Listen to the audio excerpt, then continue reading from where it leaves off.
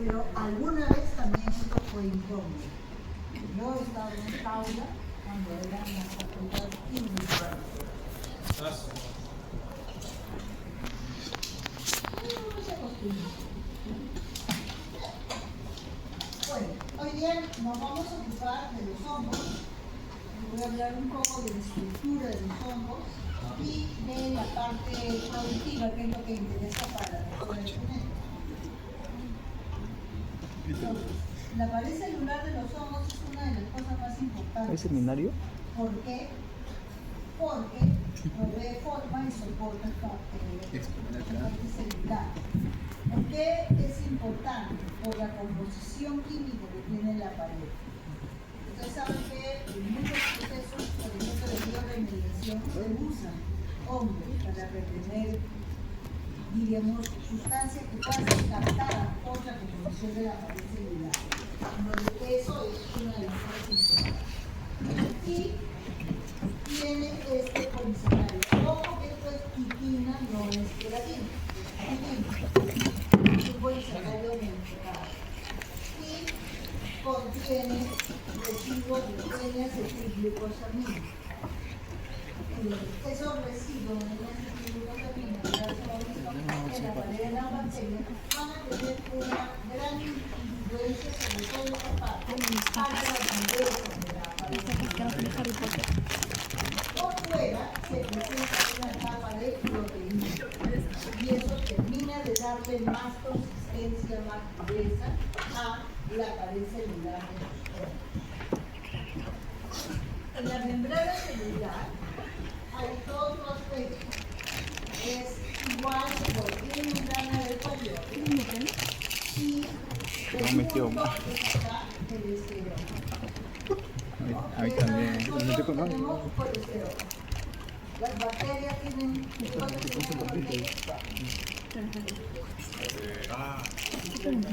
no tienen esterol. ¿Qué tienen? ¿Ergosterol? No. Ergosterol. No tienen colesterol. Ergosterol. Opanoides.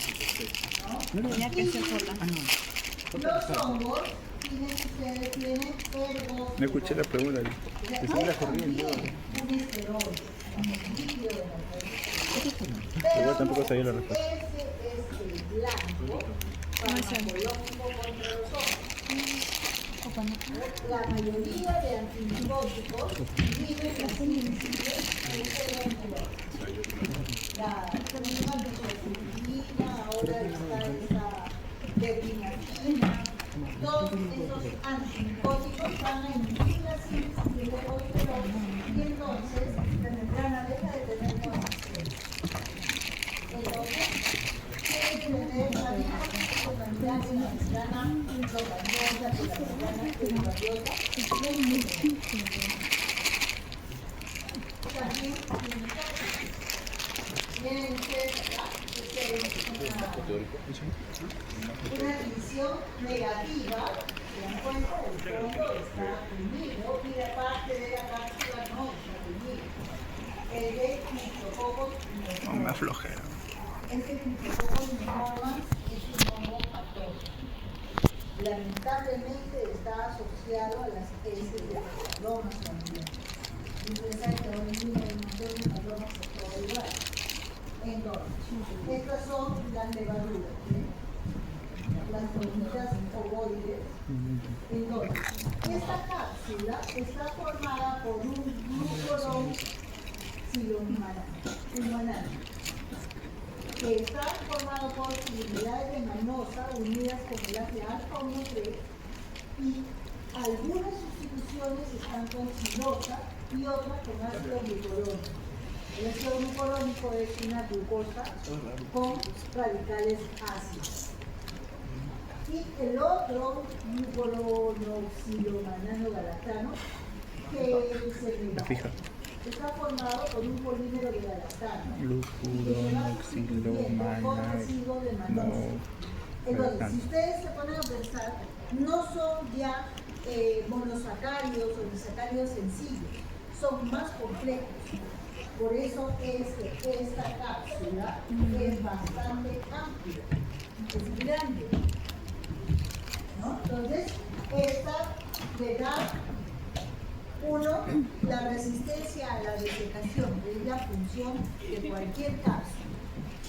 Esa resistencia a la desecación y además la defiende de la predación que puedan hacer los macrófagos sobre esta.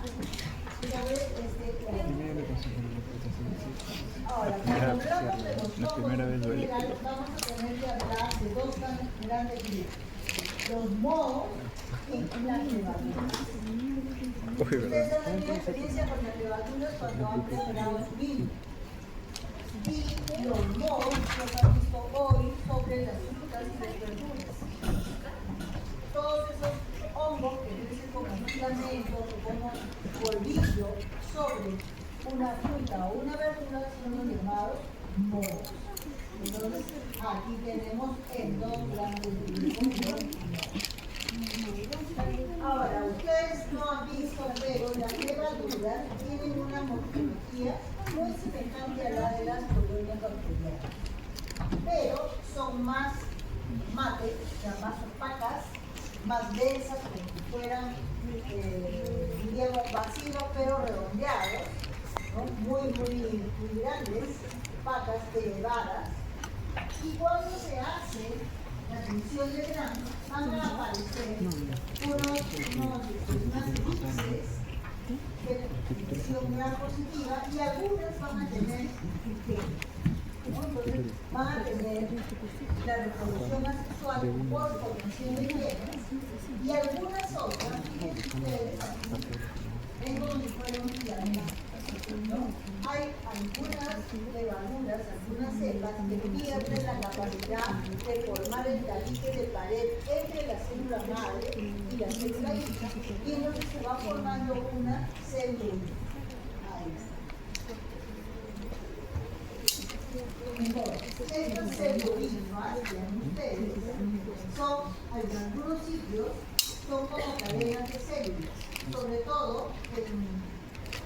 hay una patógena, a ver, una levadura patógena. No, se pronuncia patógena. Usaria. Cándida.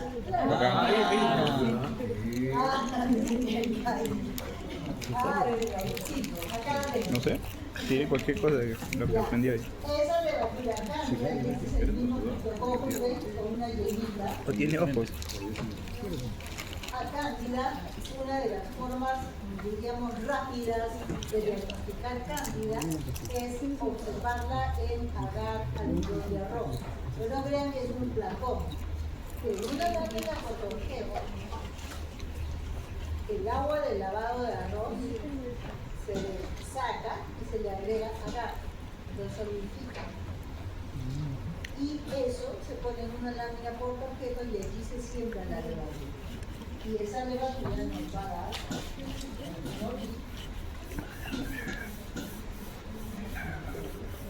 esa levadura nos va a dar esto, ¿no? Estas pseudohifas, que se supone que es una yema que pierde la capacidad de separarse y va ramificándose. Y hay muchas veces, en algunos puntos de dicotomía, se van a formar unas yemas pequeñitas, ¿no? Y hay otras que van a ser grandes, como esta de acá, que también, como tienen una gran cantidad de envoltura, van a ser llamadas también planidospores, en agar almidón de arroz. Curioso. En el caso de los mohos, ustedes han visto ahora el penicillium, han visto... ¿No han visto ahora penicillium? Aspergillus. Aspergillus. Misopus también yo vi. Sí, sí. Un graznito. Ahí va viendo la formación de la ¿qué son? Estos son unos filamentos, como unos tubitos, y van a tener la pared, van a tener septos entre célula y célula, y en esos septos hay poros que van a permitir el intercambio de nutrientes entre una célula y otra. Además, tienen su citoplasma, tienen su pared celular, tienen su núcleo, Y la parte externa, ¿no? Muchas veces van a tener proteínas que lo impermeabilizan. Entonces, hay algunos hongos que van a tener tabiques secos y otros que no van a tener. La próxima clase, cuando observen las preparaciones de los hongos, ustedes van a tratar de observar y van a ver los tabiques o ausencia de tabiques. Cuando lo que ustedes han sembrado ahora por cultura, ¿no? Comienza. ¿Por qué lo siembran por cultura? Porque el poquito micelio que ustedes pueden cargar en el asa, en la punta del asa, va a necesitar agua que está en el medio y va a necesitar los nutrientes. Si lo ponemos encima, el hongo no tiene la capacidad de absorber esos nutrientes, entonces necesita estar inmerso. Si no se hinca, el hongo no crece, ¿no? Entonces, muchas veces la parte central, que es la más antigua, comienza a pigmentarse. En cambio, esta parte recién se está formando, ven el contorno del hongo, ¿no? Ya es más blanquecito. Después, todos tenemos experiencia cuando somos cuando tenemos una mandarina o una naranja. Lo más blanco es lo reciente y el centro es la roja. Ahora, cuando no están dentro de una estructura, las esporas, que son las reproducción asexual, están fuera, se habla de conillas. Y estas pueden ser grandes, como en este caso, o pueden ser pequeñitas. Se llaman macroconillas y las otras son microconillas. Y igualitos, tienen quitina, tienen una serie de tabiques, otras no tienen tabiques, otras están en cadenita, muchas veces pueden estar lisas o pueden tener nubosidad. Estas características dependen del hongo que sea, de la especie de hongo. Los hongos son aeróbicos, obligados. Las levaduras más bien son anaerobios facultativos, y cuando son anaerobios facultativos vamos a tener su energía por fermentación. Lo más conocido es Saccharomyces cerevisiae, que son la glucosa, ácido clorhídrico y el etanol. Así como hongos son aéreos obligados, se refieren al MOS. Son obligados. En cambio, las levaduras van a ser anaerobios facultativos. Y obviamente los productos finales de las levaduras tienen múltiples aplicaciones. Los hongos van a tener reproducción sexual y reproducción asexual. Asexual por quemación y por formación de esporas. Quemación en las levaduras y formación de esporas en los mohos que estamos viendo ahora en la planta. Muchos van a tener los dos tipos de reproducción, ¿no? Y los micelios muchas veces se recomponen. Entonces, ¿cómo es este proceso de esporulación? Uno, la esporulación asexual. ¿Recuerdan? Una célula produce muchos núcleos y cada núcleo se rodea de una porción de citoplasma. Ese es uno de los mecanismos de esporulación. Hay otros que van a formarse en diferentes tipos. Dentro de un esporanquio, la bolsita, que es el esporanquio esporo. Si están sobre una hifa, se llaman coniliosporas. Blastosporas cuando están en las uniones de las pseudohifas. Artrosporas cuando es la hifa que se va fracturando y cada pedacito forma una espora. Este es el caso del hongo Neonicum. Y las clamidosporas, que son estructuras grandes y que tienen una pared muy gruesa de resistencia. Ahí están las esporangiosporas, ya algo les habló la profesora Nora. Acá está el esporangióforo, el esporangio, y dentro los esporangios no. El esquema de eso, ¿no? Es el esporangio y dentro están los esporangios. Y el detalle es que el esporangio se forma en el extremo de la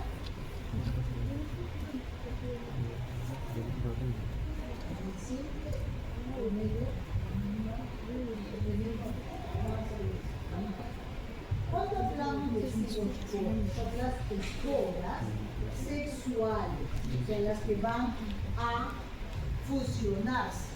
Ya no se van a formar a partir de un solo punto, sino a partir de partes. Y el esquema es bastante claro. Entonces, una espora cae sobre, pongamos, una tajada de pan. Ustedes la dejan allí a la intemperie, la humedad de Lima es muy favorable para el crecimiento de los hongos. Entonces crece, por ejemplo, en este caso un crisófilo, y por otro lado crece otro rizoma.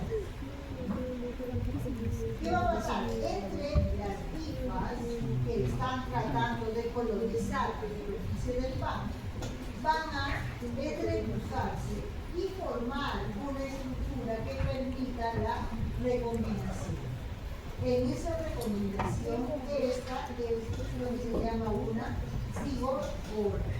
Muchas veces esas cigosporas van a tener, digamos, una vez se van a tener flagelos, otra vez van a ser estructuras mucho más grandotas, y cuando terminan van a dar esporas diploides.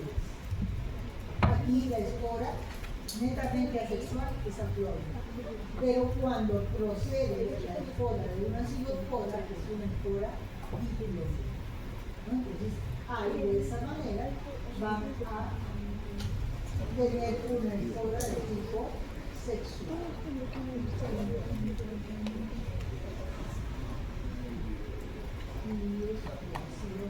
Y eso, ahora, ¿cuál es la importancia? ¿Por qué tenemos que ocuparnos de los hongos desde la perspectiva de la biotecnología y la salud? Bueno, la salud, todos ustedes saben que hay hongos que pueden atacar la piel. ¿Por qué? Porque tienen la habilidad para degradar queratina. Es por eso que afectan piel, pelo y uñas. Obvio. ¿No? Los hongos que salen en los pies es por la capa de queratina que nosotros tenemos y la humedad que le damos. El pelo también está hecho de queratina, ¿no? Entonces las uñas no son de queratina, no son como queratinofílicas. Por eso afectan la salud general. Y hay otros que van a producir toxinas. Entonces, como son toxinas producidas por hongos, estos merecen una visión aparte. Fíjense ustedes, son metabolitos secundarios. ¿Qué significa un metabolito secundario? Que no se formó conforme fue creciendo el hongo, sino se forman cuando el hongo está en la fase estacionaria. Los metabolitos secundarios se forman en la fase estacionaria, no conforme va creciendo. Si se formaran conforme va creciendo el hongo, serían metabolitos primarios. ¿Y dónde vamos a encontrar? En las oleaginosas. Una oleaginosa conocida por ustedes.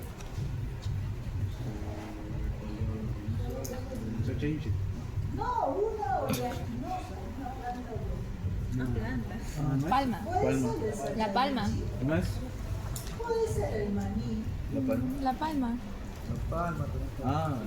Ah, la nuez, la nuez. Cacao. la pecana.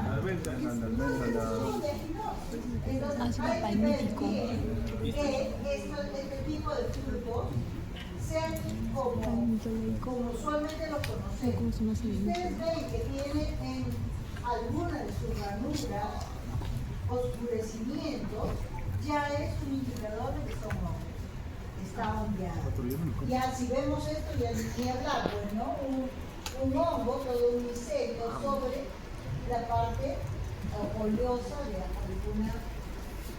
de algún extracto que se haya obtenido.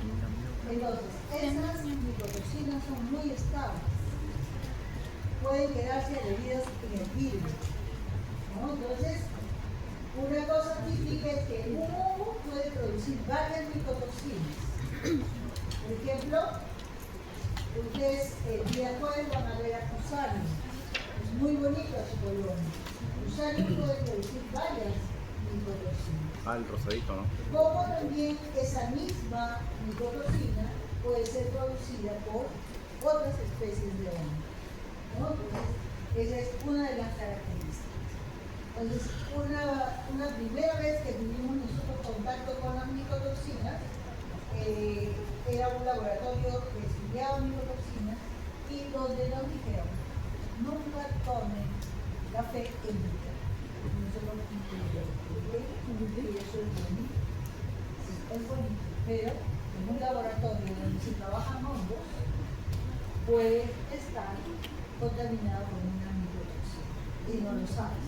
Se pueden adherir al vidrio, quedar allí y luego tú. Entonces acá tenemos lo que estábamos diciendo. Un hongo produce varias y una misma puede ser producida por especies distintas. Entonces, dentro de este marco, nosotros tenemos que ver que los hongos van a estar como uno de los principales colaboradores de la microbiología industrial. En el marco de la microbiología industrial, las células pueden ser producidas a gran escala, como es el caso de la levadura. ¿Han visto los paquetes de la levadura Freshman? Es biomasa de levadura. ¿Cómo esa biomasa puede servir para convertir un sustrato en un producto? Por ejemplo, pueden producir un esteroide a partir de un análogo y es un producto final. Ahora, todas estas células, ubiquémonos como si fueran levaduras, pueden producir enzimas, pueden producir antibióticos, aditivos alimentarios, alcohol y productos químicos. Uno de los productos químicos más usados es el ácido cítrico, ¿no? Entonces, eso lo usa casi toda la industria de bebidas gaseosas, el ácido cítrico. Entonces, desde esa perspectiva es necesario conocer qué cosa hacen este tipo de microorganismos. Les venía diciendo, producen metabolitos primarios y metabolitos secundarios. Dentro de los primarios, fíjense ustedes, tenemos aminoácidos, vitaminas, glúcidos, alcohol y ácidos orgánicos. Todo parte de la síntesis de sus propios componentes. Esos son sus metabolitos primarios. O sea, salud. El hongo necesita sus aminoácidos para poder armar sus proteínas, vitaminas para sus procesos metabólicos, nucleótidos para su replicación, alcoholes como parte de la degradación de algún sustrato y ácidos orgánicos para, a partir de ahí, poder armar otras moléculas. Entonces, todos estos son metabolitos primarios. Entonces, ¿desde qué perspectiva nosotros los vemos? Desde que, uno, son necesarios para el crecimiento del hongo. El hongo los necesita. Se producen como productos únicos. O sea, no es de que produce un ácido cítrico de una forma y luego son algo. No, un solo tipo de ácido cítrico. Estos productos son producidos por todos los microorganismos. Todos los microorganismos van a necesitar. Y la producción no puede perderse por mutación espontánea. ¿Por qué? Porque si se pierde, entonces el hongo o el microorganismo deja de sintetizarlo y deja de crecer. A eso se refiere. Ahora, cuando hablamos de los metabolitos secundarios, debemos decir que son específicos de un tipo de organismo. No son como los metabolitos primarios que todos los microorganismos los van a producir. No son esenciales para el crecimiento. Estos metabolitos se sintetizan de las sobras del metabolismo inicial de los hongos. Dependen de las condiciones de crecimiento. Puede ser que puedas cambiar la temperatura e induces que se sinteticen esos metabolitos secundarios. Como puede ser que de repente le das el pulso de un nutriente y con ese pulso nutritivo se puede cambiar la inhibición que pueda tener en la síntesis de un determinado metabolito. Son producidos como grupos de estructuras relacionadas, como por ejemplo la cepa de Streptomyces. Streptomyces es un actinobacteria, ¿no?, que forma pipas, pero es bacteria todavía y produce antibióticos. Fíjense ustedes, produce 32 antibióticos del tipo de la antraciclina. O sea, que tiene varios amigos juntos. Entonces, esas variantes van a ser estructuras relacionadas porque se van a formar a partir de un solo núcleo. Y de esa manera vamos a tener varios productos relacionados. Se puede obtener, y esto es importante, una superproducción espectacular. ¿Recuerdan cuando les hablé del caso de la penicilina? Empieza formándose 1.200 unidades que terminan con 1.000.000 y tal. Entonces, a eso se refiere. Estamos viendo la diferencia entre el metabolismo primario y el secundario. Mira, este es primario. Este es el sustrato, un carbohidrato, se va consumiendo, y estas son las células, la línea negra. El rojo es la producción de alcohol. Conforme se va degradando el azúcar, se va a ir, o el carbohidrato, se va a ir formando alcohol y las células siguen creciendo. O sea, el alcohol se va formando paralelo al crecimiento. Es un metabolito. ¿Qué pasa en la formación de penicilina? En la formación de penicilina, estas son las células. Vean ustedes. ¿Cuándo empieza la formación de penicilina? Cuando se llega al estado estacionario. Aquí recién empieza la síntesis de penicilina. Este es un metabolito secundario. Y tiene una fase de nutrición. La primera etapa es cuando las células comienzan a consumir el sustrato, y una etapa de producción del metabolito que se llama la idiofase, ¿no? Entonces, de esa manera se ha caracterizado la producción de la penicilina por el hongo Penicillium chrysophyllum. Entonces, esta es una gota de no sé qué que me apareció y me gustó. ¿Cuál es la relación? Veamos, todo esto negro son los metabolitos primarios, los conocemos. Glucosa, glucólisis, fluvato, ciclo de Krebs, o ciclo de los ácidos glicerosílicos en los microorganismos, y vamos bien.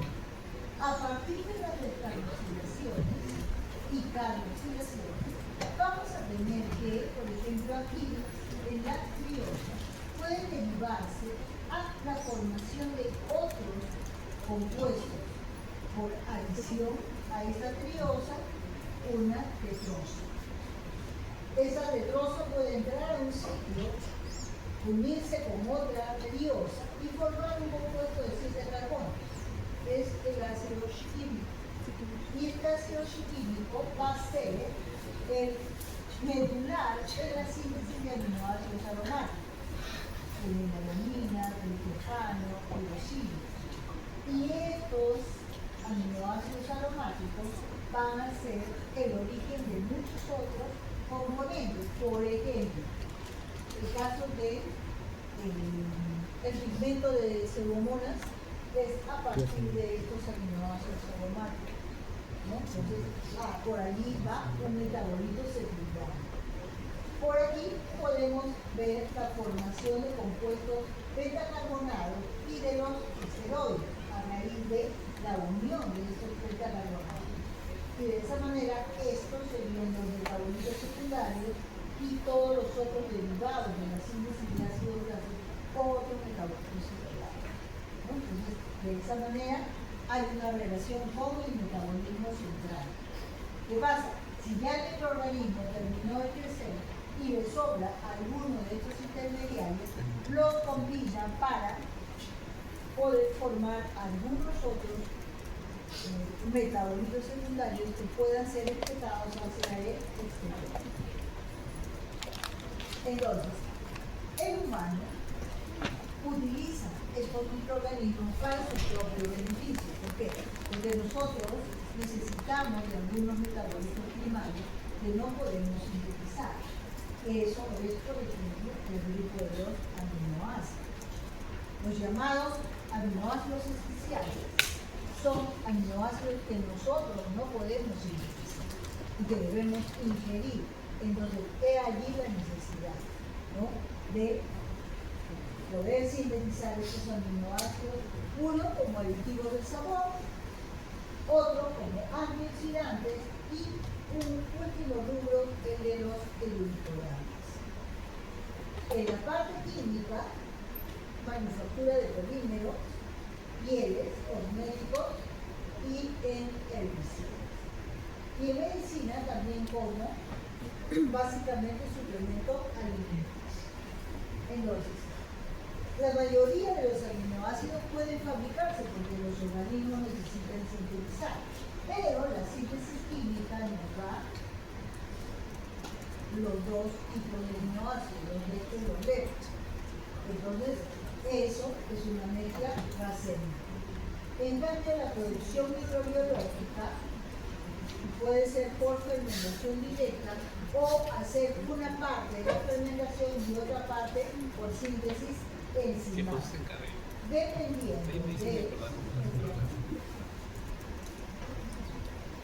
Dependiendo de qué cosa sea lo que se quiere producir. Entonces, si ustedes ven, el aminoácido más producido es el glutamato, el ácido glutamato.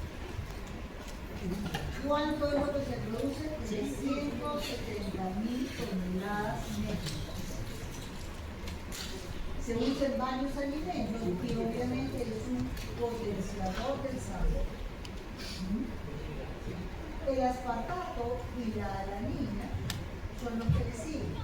Esos son aditivos para los frutas, los jugos, y enriquecen el sabor. Luego tenemos glicina, cisterina, que son para los alimentos edulcorados o para pan y zumo, y van a mejorar la calidad del alimento. Esto, triptofano y histidina, básicamente son antioxidantes en el polvo. Aspartame, que es la mezcla de fenilalanina con aspartato, va a ser el edulcorante que tiene bajas calorías y es uno de los más usados. Ahora ustedes ven el chiste, yo lo que había gustado el chiste, tenía ganas de comer un chiste. Todos los chistes tienen aspartato, ¿no? Y no tenga uno que sea grosero. La lisina es otro de los aminoácidos que se produce con bastante exposición, pero no como lo llamamos.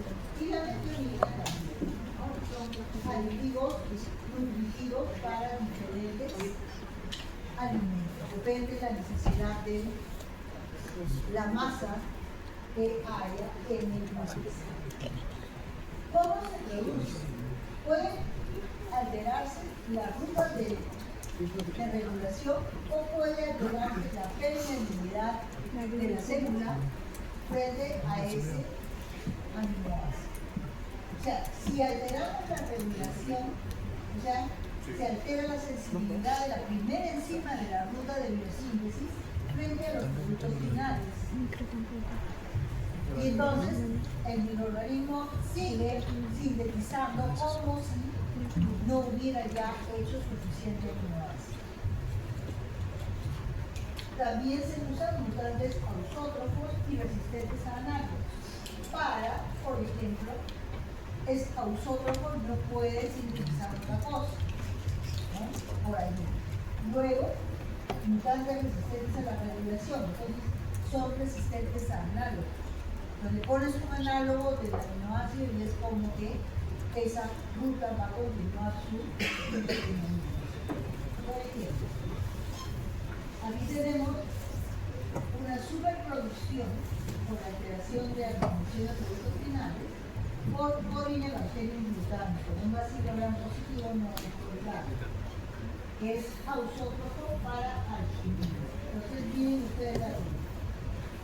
El glutámico se acetila y lo fosforilamos para que nos dé el semialdehído glutámico, que es el precursor de la ornitina. La ornitina va a ser el producto original aquí, pero por mutación dejamos que la ornitina no sea cambiada a citrulina, sino que se quede solamente en ornitina y toda la ruta se designa a ornitina. Lo normal es que de ornitina pase a citrulina, alquinonuclinasa y después a arginina. Pero si es ausótropo a arginina, fíjense ustedes el punto de mutación. El punto de mutación es de ornitina a citrulina. Y ya de ahí ya no puede producirse arginina. Y la arginina es la que inhibe a la misma enzima de la bueno, entonces es de esa manera como se arma la estrategia para la producción o la hiperproducción de ornitina. Profesora, o sea, mutas para que se quede en ornitina nomás. Claro. ¿Sí? Hola, bebé. Ahora, ¿qué pasa con la alteración del ácido glutámico? Acá se altera la permeabilidad del ácido glutámico. ¿Qué pasa? Los superproductores de glutamato son deficientes en acetoglucarato deshidrogenasa. Entonces, como no tiene, va a incrementarse la cantidad de glutamato y necesita el aporte de biotina, que es un cofactor para la actividad de enzima. Lo que pasa con este glutamato, lo que pasa es que cuando la biotina está, diríamos, agregada por pulso, o sea, en una cantidad limitante, cuando falta biotina, hay un daño en la membrana celular. Entonces, la estrategia es hacer producir el ácido glutámico, y cuando le quitas la síntesis de biotina, retira la biotina, la membrana comienza a liberar el glutámico y eso te permite tener en la parte externa, en el medio de cultivo, el ácido glutámico. Y es mucho más fácil de esa manera poderlo trabajar. Al crecimiento del glutámico, simplemente ponerlo a luz. Ahí está. Primero le ponen mucha biotina y después la biotina se acaba y el aminoácido se excreta.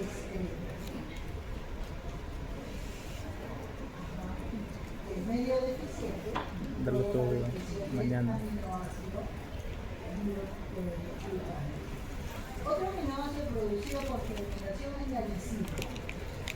Esta lisina también es formada por un pariente muy cercano de Corynebacterium glutamate, el Brevibacterium flavum. También es regulada por retroalimentación, pero desde cuándo se produce, desde hablamos de un micromedio bastante. Aquí está la ruta, a partir del ácido fólico. La ruta del aspartico vamos a tener Hoy no sé qué hoy. Me crea toda la luz como si fueras un santo. y del semialdehído aspartico la parte B Es Edward Cullen. que nos lleva a la síntesis de Carajo. entonces, cuando se hace esta producción industrial de la lisina lo que va a hacer es inhibir al Aspartillo aspartato. pastazo. Entonces lo que se busca, lo normal es lo que se busca es que Existe esta aspartato y teparto. sea insensible a la acción de la lisina. De esa manera la ruta permanece abierta y la síntesis continúa hasta la producción de nuestro propiedad. Ahora, como habíamos visto cuando estábamos viendo pared celular, La lisina y el diaminophibélico que está acá son muy parecidos. ¿No? El diaminophibélico solamente tiene acá un grupo hidrógeno. Pero también es homólogo de la S-aminoetilcisteína. Su estructura es bastante semejante, excepto por el grupo sulfurado. Entonces, es por esa razón la que es importante la producción de lisina. Ahora, en el caso de la síntesis de aminoácidos aromáticos, que estábamos viendo el ácido cítrico, el alcoholínico, el refresco, y acá están los aminoácidos aromáticos. Pero vean ustedes, a partir de los aminoácidos se pueden sintetizar algunos otros antibióticos. A partir del ácido tranílico, la tiocianina, el compuesto verde de la pseudomonas, y del triptofano, la atenicina.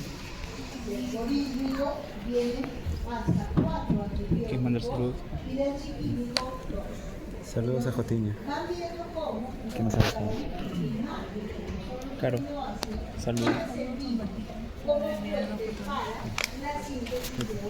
Saludos Humbertito, de tu tía. Dentro de 10 años. ¿Qué 10 años? Ya próximo, ¿viste? ¿Cuándo le pedí? Pero hay toda una gama muy variada de metabolitos secundarios. Oh, ¿verdad? Que dijo que parece que te ibas a autodescribir. Entonces, esos son los componentes que tienen una gran cantidad de aplicación. Desde cosas tan sencillas como los aromas, por ejemplo. ¿No? Ahora que la moda de las velas aromáticas y todo lo demás, esos aromas están por excepción. Si ven ustedes, dentro de los que están más comercializados, están los antibióticos, los giberelina, antibióticos y algunos otros inmunosupresores. ¿Sabes cuál es el mejor antibiótico? Bestanina. En el caso de la penicilina, que es un antibiótico descubierto casualmente por Fleming, casualmente porque él estaba haciendo procesos estafilococos y cayó una espora de hongo penicilina. Y curiosamente él vio que alrededor del hongo no crecía el estafilococo.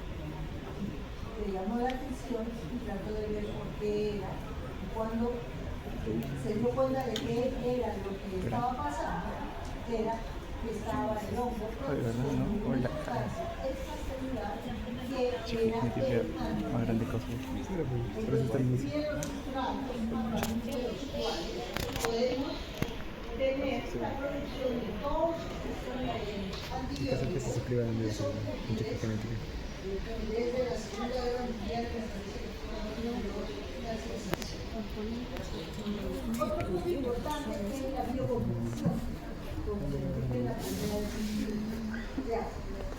La progesterona, si nosotros queremos transformar esa progesterona en otro insumo, simplemente toda la progesterona es usada como un insumo para el isoformismo y que le pone un grupo oxidativo. Y ese grupo oxidativo nos da la hidroxiprogesterona, que es el precursor para la hidrocortisona de ¿Cuándo tiene clase? es solo paso a un motor de la síntesis de la cortisona. Y la cortisona es un desinflamante de gran efectividad. En el caso de aromas y sabores, vean ustedes, representan un 25% del mercado. Otro 85% se producen por síntesis química. Y el problema siempre de los productos químicos son las mezclas farmacéuticas.